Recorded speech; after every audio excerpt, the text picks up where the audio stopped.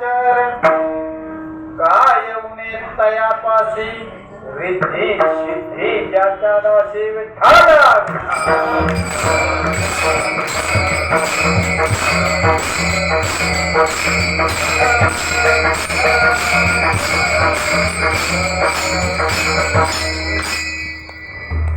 मागणे ते मागो देवा करू भक्ती त्याची सेवा काय येऊने तयापासी रिद्धी सिद्धी ज्याच्या दासी.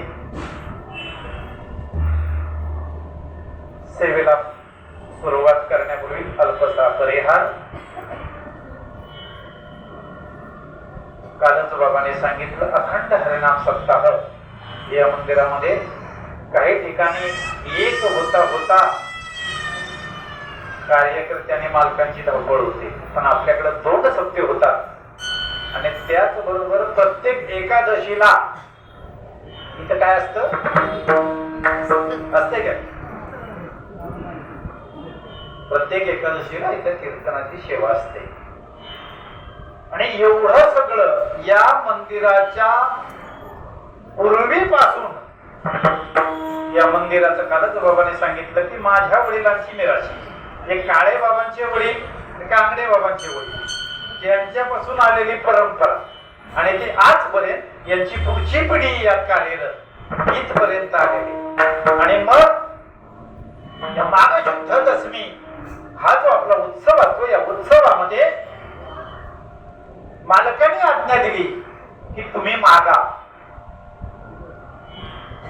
आणि थोडं जयसिंग बाबांची थोडी माफी बरं का, तुम्ही गावाला जाणार होतात आणि आम्ही जरा बाहेर होतो त्याच्यामुळं बदली करता नाही आलं.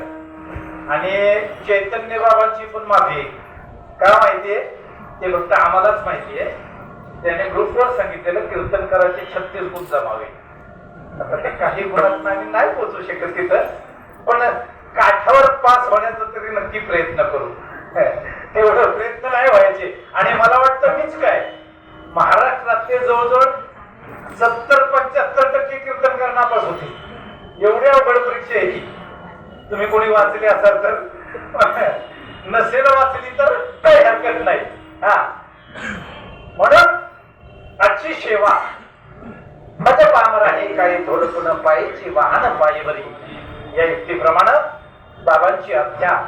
आणि भगवान परमात्म्यानं कदाचित हे नियोजन केलं असावं की मधल्या एकादशीला जरा तो गैरहजर असतोस, सत्याची एकादश तरी तू. आणि म्हणून आजची सेवा तुमच्या सर्व मायबाप, माता वर्ग, पिता वर्ग